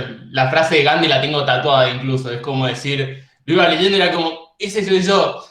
Y al mismo tiempo traté de pensar que, claro, eso, el camino interior, terminar aislándote como Pablo, no sé si es muy, Paul, no sé cuál es el apellido. Chefurka. Chefurka. No sé si es el camino, pues si todos vamos a ese camino, ¿dónde queda lo de la comunidad que planteábamos antes? Entonces eso, tal vez lo que estamos en ese camino interior, de todo el tiempo pensando para adentro, no, hay que buscar dónde salir en algún momento, pues si no... Igual el tipo, ¿Dónde queda? él no es, o sea, se desconectó y eligió el camino interior, pero ya hacía unos años que estaba viviendo en una comunidad. Hacía rato que estaban no todas las personas, por lo que él cuenta, hasta donde se sabe, no todas las personas de esa comunidad estaban en ese camino interior, pero sí tenían como el espacio para poder hacerlo. Entonces, por eso él dice que no son mutuamente excluyentes. Claro, No, sí, claro, eso, la unión de esos dos caminos tiene que ser más o menos por donde hay que ir, supongo.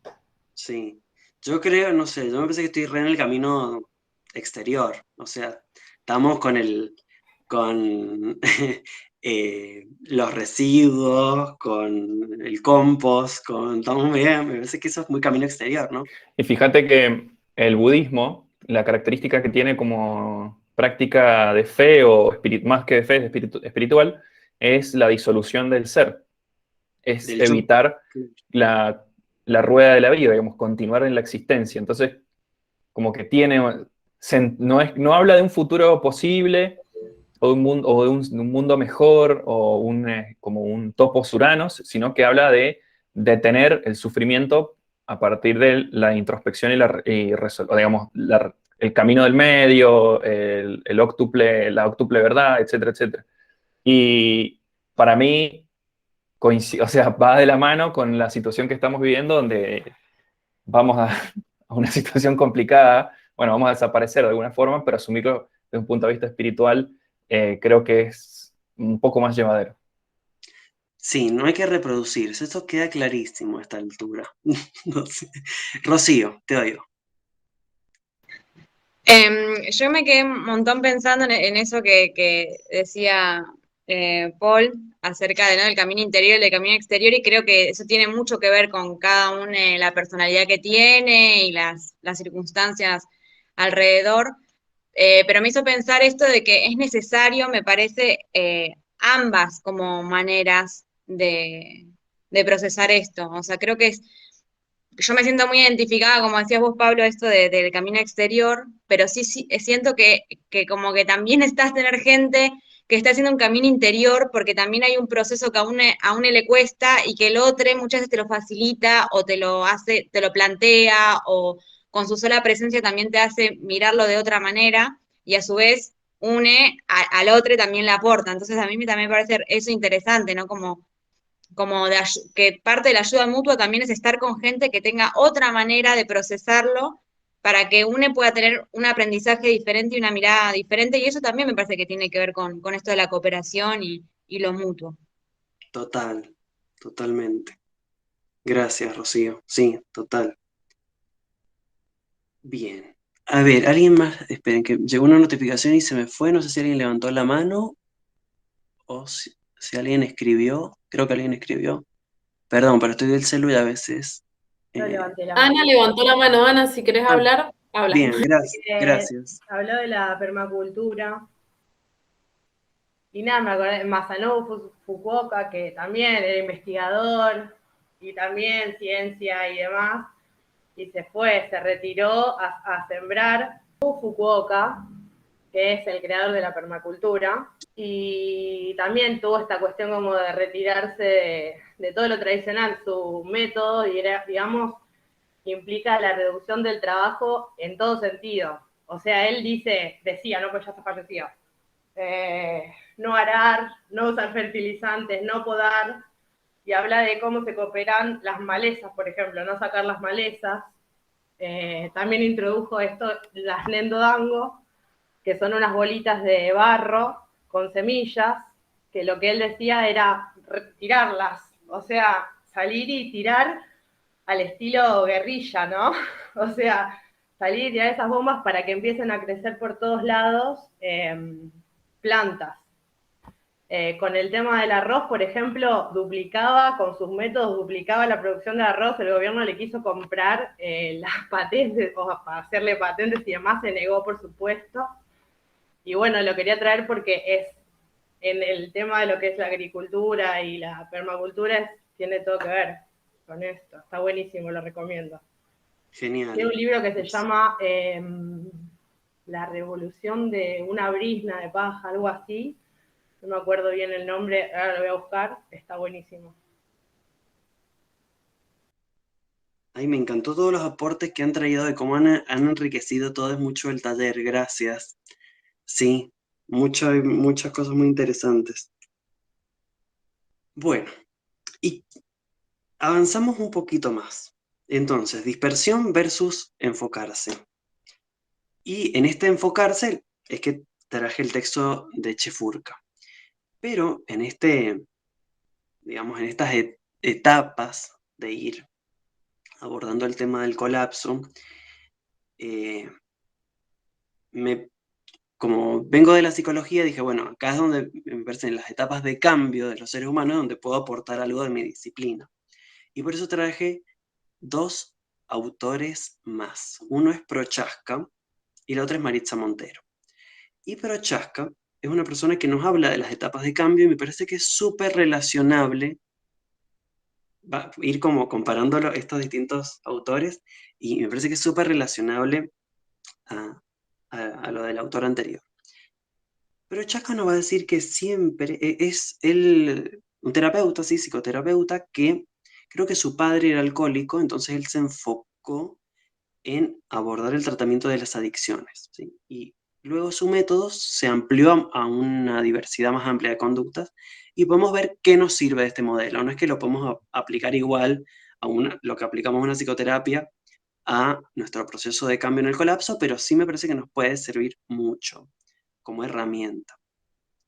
Y Prochaska lo que nos dice es que muchas veces las personas consideramos que el cambio conductual es el cambio, ¿no? Como que hemos reducido el cambio solo al cambio de conducta. Como que cambiar una conducta es lo importante. Y nos dice Prochaska, no. Hay etapas de cambio. Hay muchas partes, muchas etapas justamente en un proceso de cambio. Y él va a decir, primero está la precontemplativa, la etapa precontemplativa. La etapa precontemplativa es cuando no nos hemos percatado de un problema, bueno, que coincide con la primera etapa de Chefurka, ¿no? Como personas que dicen no hay ningún problema en el mundo. Después viene la contemplativa, que es contemplar un problema, es darse cuenta de que existe un problema. Luego viene la preparación, prepararte, bueno, a ver, ¿qué cosas voy a hacer para cambiar este problema? Después viene la acción, que eso es lo que siempre se toma como el cambio, pero en que es una etapa de cambio, la acción. Y luego viene el mantenimiento de esa acción, porque con hacerlo una vez no alcanza con compostar una vez. Hay que mantenerlo. No alcanza con hablar una vez del colapso, hay que mantenerlo. Y a veces se puede agregar una última etapa que es la finalización. Bueno, entonces ahora les traje, miren por qué variedad de autores hemos pasado. Desde pedagogía, neoliberalismo, análisis de colapso del Chefurka, y ahora pasamos a etapas de cambio de la psicoterapia de Prochaska. Dice, fase del cambio. Ay, esta diapositiva tiene una cosa muy graciosa. Dice, fase de cambio, diapo 21. Descubrimos que el cambio es un proceso que se desarrolla a través del tiempo. Esto implica una progresión a través de 6 fases: precontemplación, contemplación, preparación, acción, mantenimiento y finalización. Precontemplación. La precontemplación es la fase en la cual las personas están interesadas en cambiar o tomar acciones en el futuro cercano, generalmente medido en términos de los siguientes 6 meses. Las personas pueden estar en esta fase porque no están informadas o están mal informadas acerca de las consecuencias de sus comportamientos. Miren esto cómo lo podemos relacionar. No tener información sobre el colapso, podríamos decir. O estar mal informadas y creer en el mal desarrollo. Pueden haber intentado cambiar en diversas oportunidades y se han desmoralizado en sus habilidades para lograrlo. También pueden estar defensivos, negando que existe un problema. Las personas en esta fase evitan la lectura, hablar o pensar en sus comportamientos de elevado riesgo. Ven que está hablando en realidad de las conductas adictivas, ¿no? De los consumos problemáticos, podríamos decir. A menudo son caracterizados en otras teorías como clientes resistentes, no motivados o que no están preparados para la terapia o los programas de promoción de salud. Y miren el ejemplo que pone abajo, esto bizarro y gracioso. Vamos a, como dice el meme, y ahora vamos a pasar del humor al suicidio. Ahora vamos a pasar del suicidio al humor. Dice, miren el ejemplo que pone.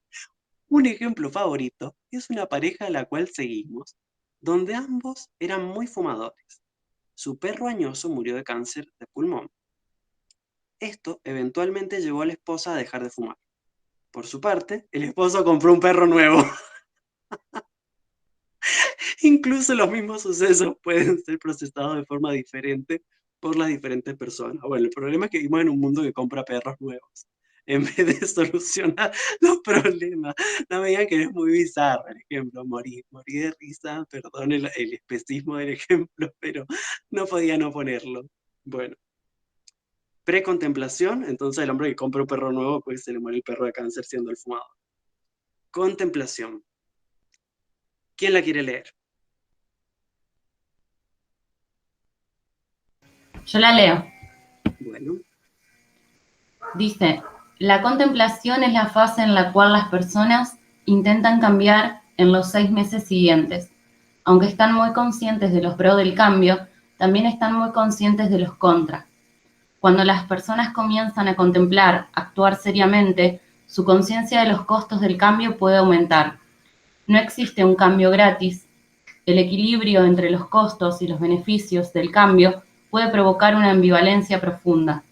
Esta ambivalencia puede reflejar una relación del tipo odio-amor, como con una sustancia adictiva o una relación destructiva, y puede inmovilizar a las personas en esta fase durante largos periodos. A menudo nosotros caracterizamos a este fenómeno como contemplación crónica o dilación conductual. Bien. No existe un cambio gratis. O sea, cuando Prochaska se fue, o sea, dejó internet, dejó muchas cosas a las cuales estamos muy conectadas, ¿no? Bien. ¿Alguien quiere comentar algo? ¿O pasamos a la que sigue? Bien, pasamos entonces a preparación y acción. Diapo 23. Sí. Preparación. ¿Continúo? Bueno, gracias. Dale, Anto, gracias. Preparación. En esta fase las personas intentan tomar acciones en el futuro inmediato, usualmente medido en términos del mes siguiente. En forma típica, han tomado alguna acción significativa en el año anterior.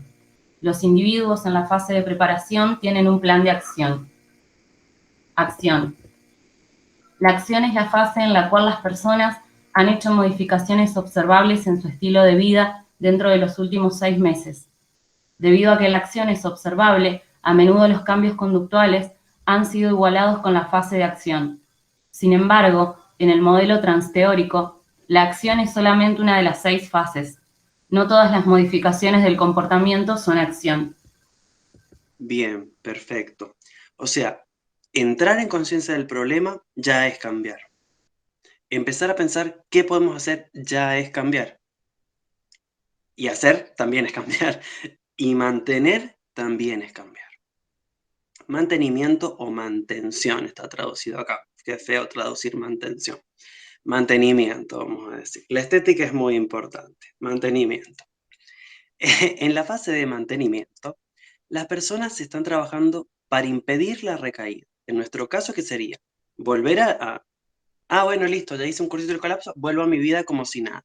No, no podemos hacer eso después no podemos hacer eso. Seguir comiendo carne. No, no.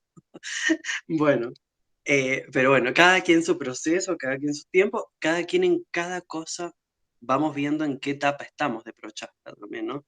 Porque podemos haber avanzado un montón en ser vegetarianos y no hemos avanzado nada en hacer huerta y no hemos avanzado nada en, qué sé yo, en compostar, o estamos empezando a pensar, estamos en preparación de compostar y ni siquiera tenemos problematizada otra cosa, qué sé yo. Cada cosa tiene su propio, cada conducta, ¿no? Tiene su proceso de cambio, no es que todas están en la misma etapa. Dice, a ver, termino de leer, esperen que me colgué. En esta fase las personas están trabajando para impedir la recaída, pero no aplican los procesos de cambio como lo hacen con frecuencia las personas en la fase de acción. Están menos tentadas a la recaída. Bueno, habla de la recaída porque les digo, está hablando del consumo problemático. Y se confía más en que pueden continuar con el cambio. Basado en los reportajes de autoeficacia, no importa esto, y tentación experimentada, se ha estimado que la fase de mantenimiento dure entre 6 meses a 5 años. O sea, tenemos conductas muy arraigadas, no es fácil cambiar conductas. Fácilmente puedes volver a una recaída. Dice la diapo 25. La mejor evidencia que tenemos respecto a los problemas es que la mayoría de las recaídas ocurren, miren, esto es re importante para el colapso. La mayoría de las recaídas ocurren en momentos de aflicción emocional.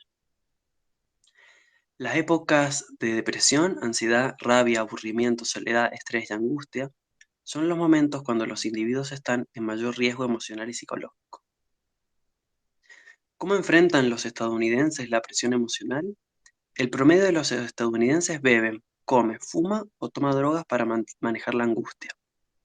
No es sorprendente, por lo tanto, que las personas en problemas, para sobreponerse a las condiciones crónicas, tendrán un mayor riesgo de recaída cuando enfrentan el dolor y el trastorno psicológico.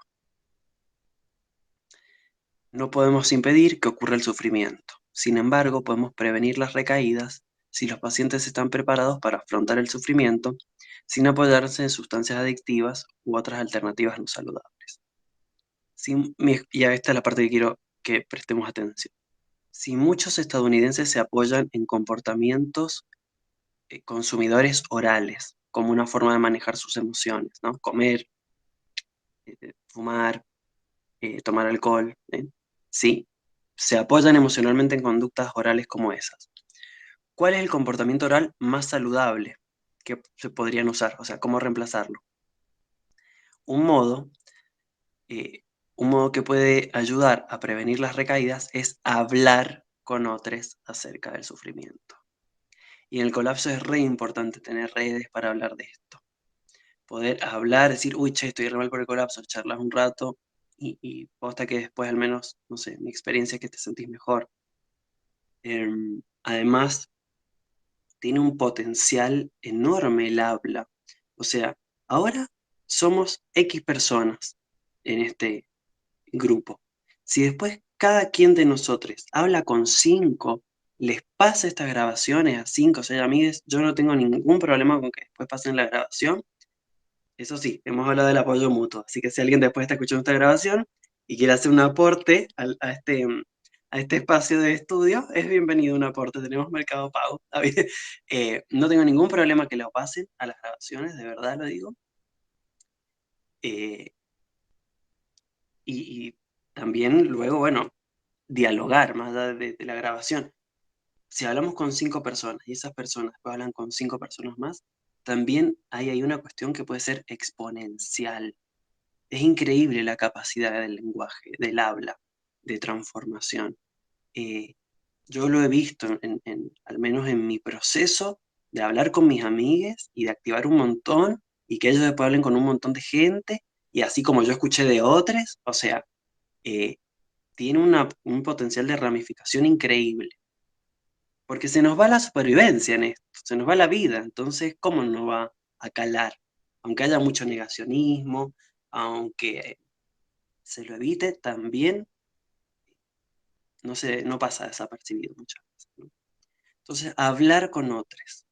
La terapia es una de las formas excelentes para tratar con el sufrimiento. Otra alternativa saludable que puede usarse es el ejercicio físico, además que nos va a servir para el colapso, tener un buen estado físico. La actividad física no solamente ayuda a mantener el ánimo, el estrés y la angustia, a manejar, perdón, el ánimo, el estrés y la angustia, sino que un cliente más activo con 60 minutos de ejercicio por semana puede recibir más de 50 beneficios en su salud general. El ejercicio debería ser prescrito a todos los pacientes sedentarios. Una tercera alternativa saludable es alguna forma de relajación profunda, como la meditación, el yoga, la oración, los masajes o la relajación muscular profunda. Dejar que el estrés y la tensión se vaya de los músculos y la mente ayuda al progreso en los momentos de tentación. Bien, esa es la propuesta de Prochaska. Entonces ya vimos Czefurka y Prochaska. Me gustaría ver lo último. ¿Se aguantan unos minutitos más? Juro que a las 1:15 terminamos. No me paso más. ¿Me dejás, Julieta? Bueno. Lo último, y bueno, no vamos a terminar hoy, pero lo que queda lo terminamos el encuentro que viene. También se pueden pensar los procesos de cambio desde una perspectiva comunitaria, ¿sí? Por eso voy a traer el libro de Maritza Montero, de Introducción a la Psicología Comunitaria. Sería re importante que en las facultades de psicología se aborden más estos autores comunitarios. Bueno, van a hablar de procesos psicosociales comunitarios, ¿sí? Estos procesos psicosociales comunitarios propuestos por la psicología comunitaria y propuestos en este caso puntualmente por un libro de Maritza Montero, que le digo, Introducción a la Psicología Comunitaria, vamos a agruparlos en 3. ¿Sí? Van a haber 3 grandes grupos de procesos psicosociales comunitarios que tienen que ver con el cambio. El primer grupo son los procesos de habituación, naturalización, familiarización y normalización, ¿sí? ¿En qué consiste este grupo de procesos? Así dicho resumidamente, estamos con el tiempo que nos apremia. Consiste en normalizar situaciones, ¿sí? O sea, familiarizar, normalizar, naturalizar situaciones. En esta etapa, digamos, en este proceso psicosocial, hay bajas expectativas de cambio, porque hay también un bloqueo en el establecimiento de relaciones causales, dice la autora. O sea, a la hora de establecer qué causa, qué efecto, en cuanto a estas condiciones que se han naturalizado, se han bloqueado. Bueno, yo trabajo 40 horas por día porque la precarización, porque Macri endeudó el país porque, hay todos los por qué, ¿no? De por qué la estamos pasando mal. La temperatura aumenta porque tal cosa, ¿no? Cuando una situación está naturalizada, se bloquea el establecimiento de causas, de causa-efecto. Este proceso entonces de habituación, de familiarización, tiene que ver con lo no reflexionado, con lo no consciente, con lo no discutido, con lo acrítico. Primer conjunto, ¿sí? De procesos psicosociales comunitarios. Estos ya son cambios de una comunidad, son procesos de una comunidad. No estamos hablando de individuos. Otro conjunto de procesos psicosociales comunitarios son la problematización y la desnaturalización.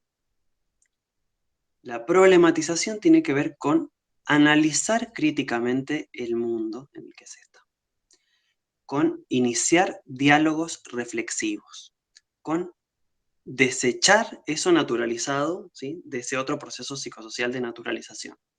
Tiene que ver con problematizar eso naturalizado.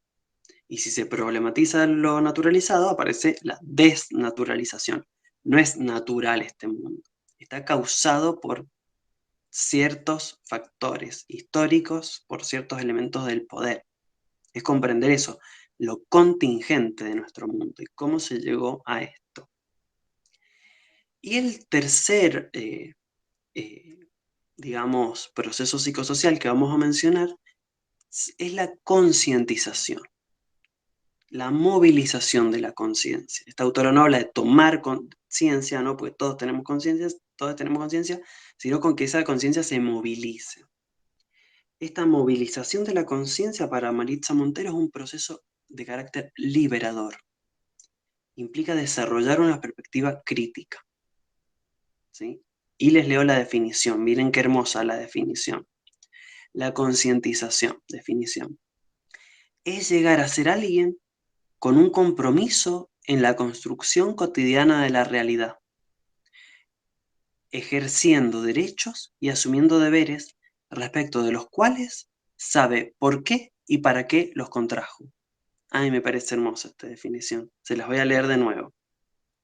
Es llegar a ser alguien con un compromiso en la construcción cotidiana de la realidad, ejerciendo derechos y asumiendo deberes respecto de los cuales sabe por qué y para qué los contrajo. Ah, y es hermosa, Maritza Montero, no me empeno. Y en la diapo 26 les puse, la concientización es un proceso continuo. Esto, miren, re importante, tiene que ver con todo lo anterior. Sometido a la fuerte presión de la influencia de las tendencias dominantes, que, en la medida en que emanan de los grupos con poder estatuido, suponen no solo la contraposición de ideas, sino, más aún, el uso de numerosos medios represivos. Y yo agregaría, y persuasivos. Represivos y persuasivos. Por ello, la movilización de conciencia y el compromiso no son imperecederos. ¿Ven? Esto se puede relacionar con Prochaska. No es que accionamos y listo. No, después de la acción tiene que venir el mantenimiento. La movilización de la conciencia y el compromiso no son imperecederos, inmutables. No se dan de una vez por todas y para siempre, sino que evolucionan de acuerdo con la vida y los logros de la comunidad, conforme a las influencias y presiones que se pueden recibir. Bien, entonces vimos competencia y empresariado así versus apoyo mutuo. La Validardot Kropotkin. Distracción, excitación, frustración, hiperestimulación y aceleración versus concentración, desaceleración. ¿Sí? Y ahí entonces Corey Leukowicz y Czefurka, Prochaska y Maritza Montero. ¿Cuántos autores con K, no? Kropotkin, Leukowicz, Czefurka y Prochaska, un trabalengua. Bueno, entonces, bien. Eso. Me queda algo más para decir, pero si quieren, les escucho y lo que me quedó lo vemos el encuentro que viene.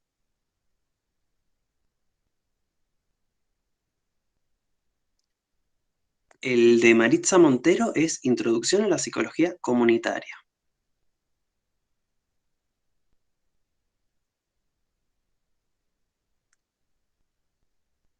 Bueno, ¿alguien quiere decir algo? ¿Están cansados?